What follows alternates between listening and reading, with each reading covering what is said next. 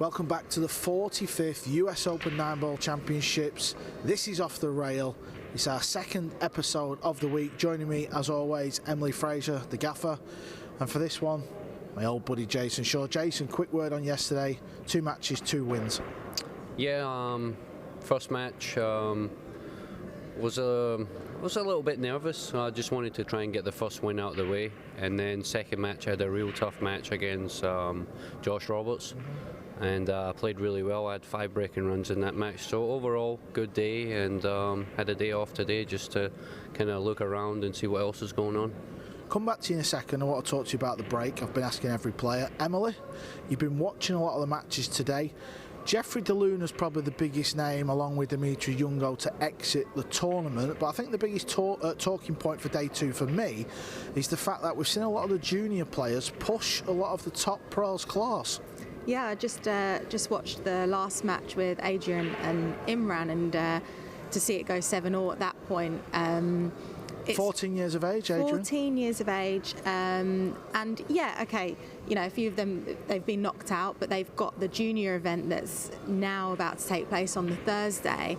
And this is what it's all about. We get them here for the junior event, but they've also tried out the US Open as well. And one of the players whose name, I'm really sorry, his name's just passed, said that this was the first time that he's actually played on a 9-foot table. Wow. Okay. And he's now obviously exited the tournament, but he's got the Junior Open now ahead. And I said to him, wow, and it seems really bizarre, but I was like, oh, great practice ahead of the Junior Open. And he's like laughing, like thinking, all right, shut up, I just got out of the US Open. But it's bizarre to think that, you know, that US Open is the practice. But look, we've got some kids here, and it's really fantastic to see, and I cannot wait to expand the Junior Open events, which is something we will be doing.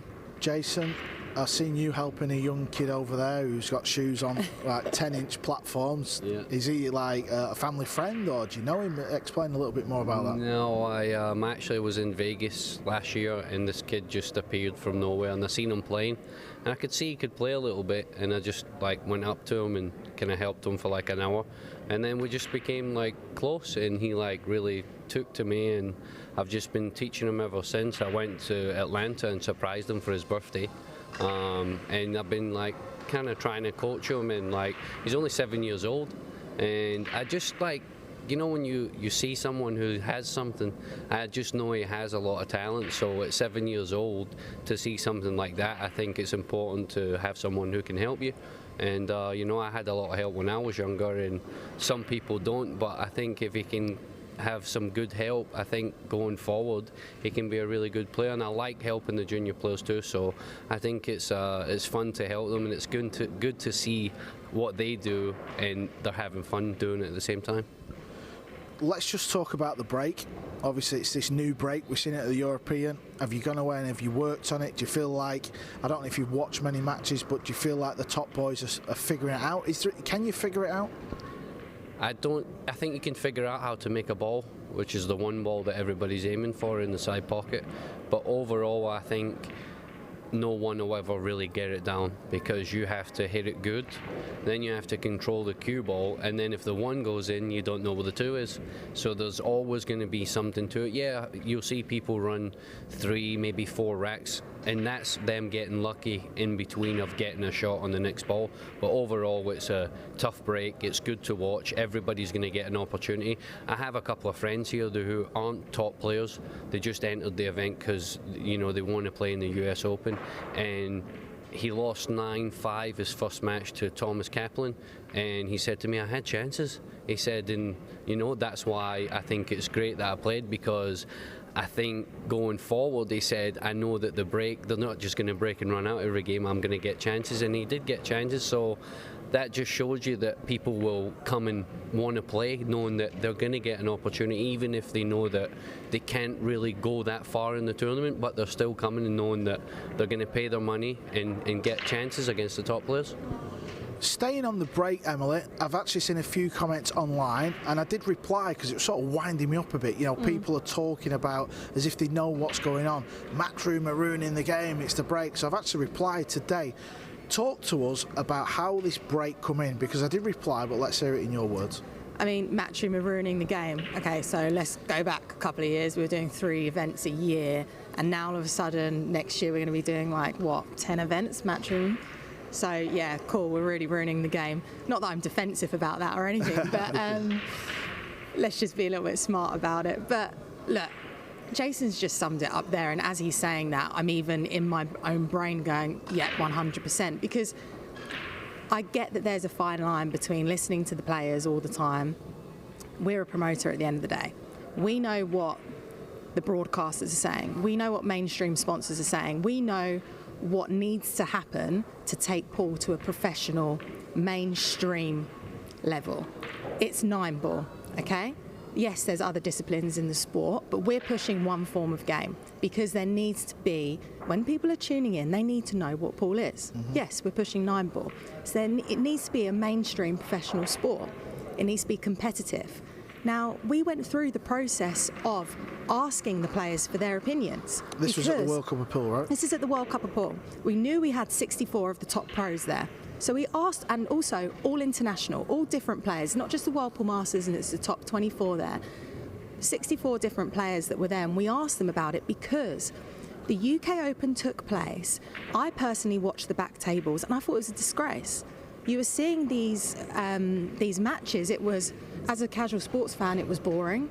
It wasn't competitive, and that's not what our tournament should be about. As a pundit, it was boring as well. Exactly, but to everyone, it wasn't right. It wasn't, and you know, this is just a clear example of it. I explained it to Barry. Barry's been in pool for years, right? Explained it to him and said, you know, it's not competitive, Barry. And he goes, well, makes sense. You know, these are our events, and this is what we do. We have to listen to our broadcasters, and we have to make these changes and listen to the players. So what Jayson's just said there, I'm so happy that we actually sat down and listened to what the players were saying. We listened to Jeremy Jones, we listened to the pundits, we listened to the players, all of them. It's not just Jayson turning around and going, yeah, you need to change this because it helps me out. No. I mean, Shane actually favoured the decision, and he's the one that at the European Open was struggling the most in that final with the break. So we listened to everyone and we made a decision, and this is a perfect time where we listen to the players, and yes, we got it right. You've got to find the balance. I'm not saying that they're always going to be right, but it's down to us. It's our responsibility to make these players money. That's our responsibility, and we must make it competitive. We must make it exciting, and we've got to make this a mainstream sport, and that's exactly what we're doing. Try and explain in layman terms, when the 1-ball's on the spot and it was dead easy, the difference with this break to somebody who hasn't got a clue what we're talking about, who may be watching. Try and explain in layman's terms from one of the best in the world. Well, if you're playing with a 1 on the spot, you, like Emily said, she watched a lot of matches and people were just sat in their chair for 8 games not doing anything. You're flying across the world, spending a lot of money, and you're practicing for weeks on end to show up to an event, and you can't get a shot. It's a bit, like she said, it's boring, right? So you have to change it up. So when you look at that break compared to this break, all the players now are going to the event thinking, okay, I'm going to get my opportunity. I'm not just going to sit there and watch someone else run out because it's boring, right? So you want 2 players to come into the match, and they both are like a boxing match. They're both throwing punches at each other, right? They're going back and forward. Like I watched the match earlier. John Morra was up 4-0. If they're playing the 1 on the spot, John Morra wins that match probably and goes up probably like 7 or 8-1. But the break's so tough, he breaks the next game, scratches in the side. Now he comes back and wins 3 or 4 games. Now he wins the next 2. Like, it didn't go like that with the 1 on the spot. So she listened to what the players wanted. They've changed it, and now it's more competitive. And when everybody shows up, they all are enjoying the event instead of moaning about it afterwards, saying, well, the break sucks, this is wrong, we should change it, and this is what the players want, and they've listened. So I think overall it's been a good change, and it's going to make the events much more tougher going forward. You can be playing great and just can't break good, as with the other one. You can just close your eyes and basically make a ball on the break, which shouldn't happen at this level. Yeah, I think percentage-wise, now and again, someone still will get frozen out of a match, but if you play 1,000 matches, percentage-wise, you're going to prefer this break over the old break, if you like. Yeah, 100%. But even though if you get beat like 9-1, someone's not just completely run over you. You've had chances in that match. Excuses. Yeah, you've had chances though, because the guy's not broken run like 5 or 6 on you. He's broken, not landed and pushed out. You've come to the table, as where those other events, people weren't even getting a chance to come to the table. But also people weren't respecting the game. And the one thing that I personally noticed was that even when we had some of the snooker players come in, for instance, so snooker is such a highly respected game, this is a safety battle, and that what was frustrating for me to listen and to hear is that a lot of people will say, 9 ball's this easy game. And they would tune in, they go, oh yeah, you can make that, like the pockets are buckets. And that's why the standardisation of the pockets are coming in. Standardisation of the cloth, the balls, the pockets, everything. So all of a sudden, the European Open and now the US Open, when we get down to that last 16, people won't be tuning in going, sitting at home on their sofa going, I can make that shot, that's easy. There's more respect for these players because they are incredible players. They make some real tough shots and they should be respected for that. Now, you can only turn a sport mainstream when people have respect for the players and respect for the game on the table. Like, I personally just think tuning in, you're gonna sit there and go, oh bloody hell, that was a great shot, that was incredible. There's more safety game, there's more battles. You saw it at the European Open. We listened to the players and it's proof, and we will see it again this weekend. Jayson, earlier on today, I know you had a day off, I don't know if you was actually in the arena, we've talked about the youth. Joey Tate, 17 years of age, playing 5-time US Open champion, SVB. Did you see what happened in that match? Yes or no? Yes. Emily, we'll come back to you in a minute. Emily, 7-7, Joey Tate and SVB. What a match he played, the young man from North Carolina. And he shot the wrong ball. He shot the purple 5. Come back. I mean, I was sat there and you could tell Shane knew straight away that he was down on the wrong ball. And to be fair to Shane, I think that, you know, it's tough for him because he's probably getting a lot of stick. He's probably getting a lot of stick from people saying, oh, how can you not let him know? And, you know, well, it's the same for anyone. Shane's exactly the same as any other person sitting there. So, okay, so let's dob the referee in then. Why hasn't the referee told them? No. It's down to it's the player's responsibility at the end of the day.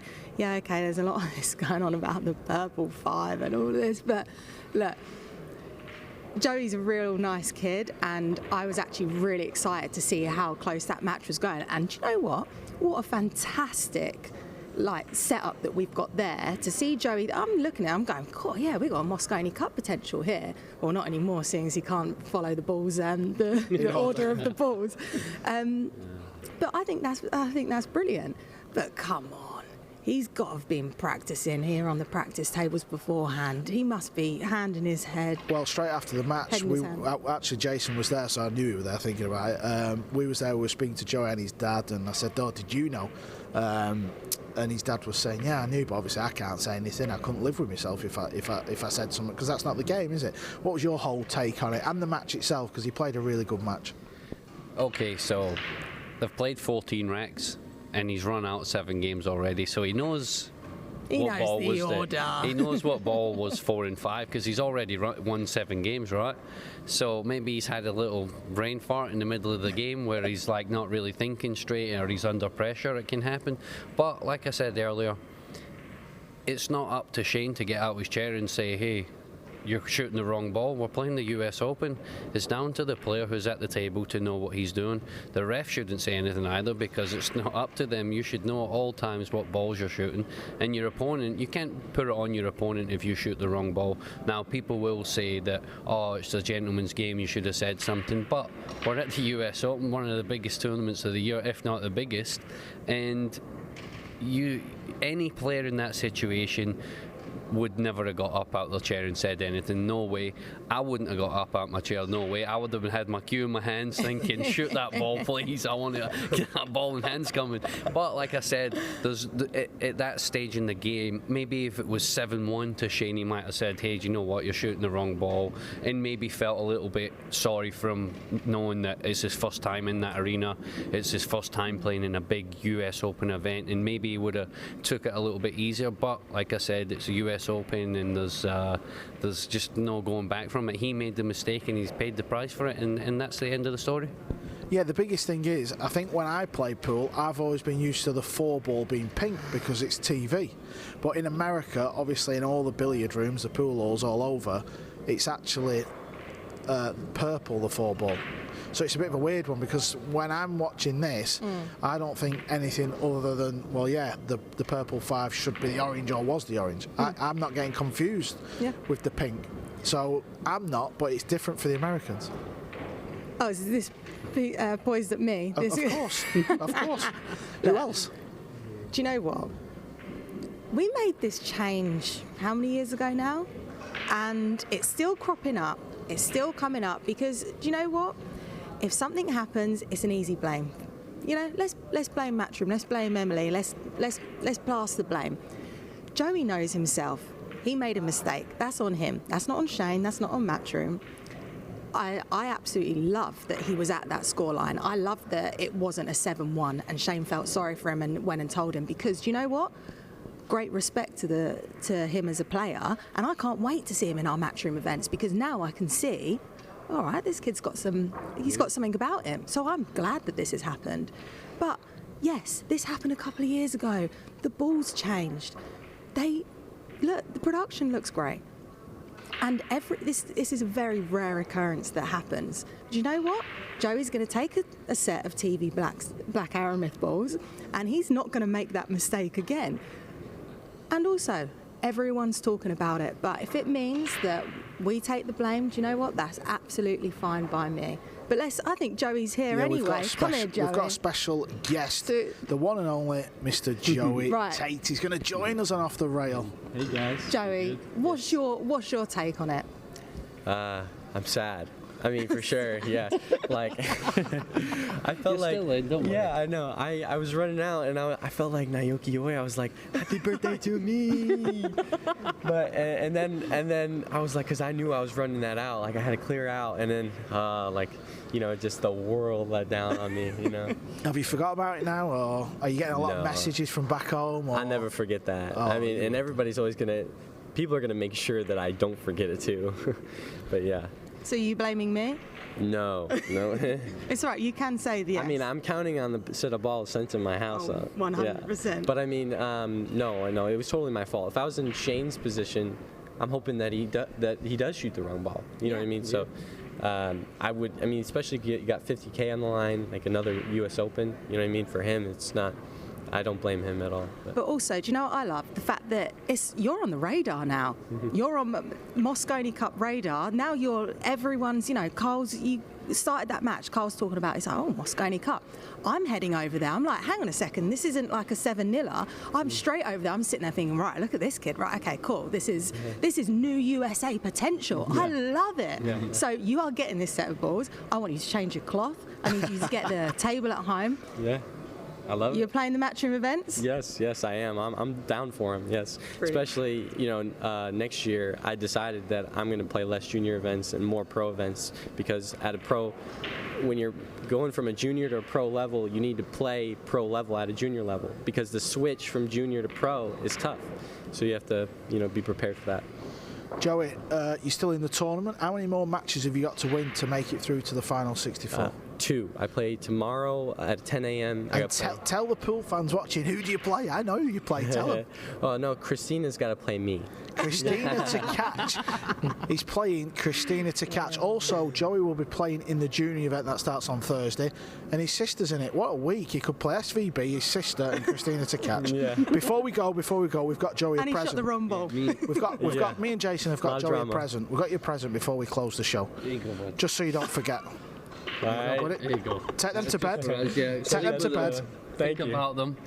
Just hold them in your hand. Say, this is purple. This is pink. This like is teddy bear. Yeah. Just think about it. You know what I mean? But don't dwell on it too much. You did well for sure. today. You put yourself in a good spot, like Emily said.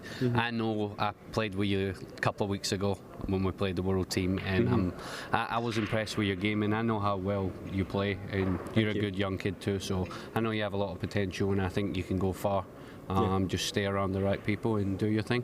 Thank you. Well, I think that is a phenomenal way to end it. A former champ speaking to a future champ. That is the end of day 2 off the rail. There's still matches going on. Check it out on qscore.com. We'll be back tomorrow. Matchroom Pool Facebook page, Table 1 as always, and the YouTube channel for Table 2. We'll see you tomorrow. See ya.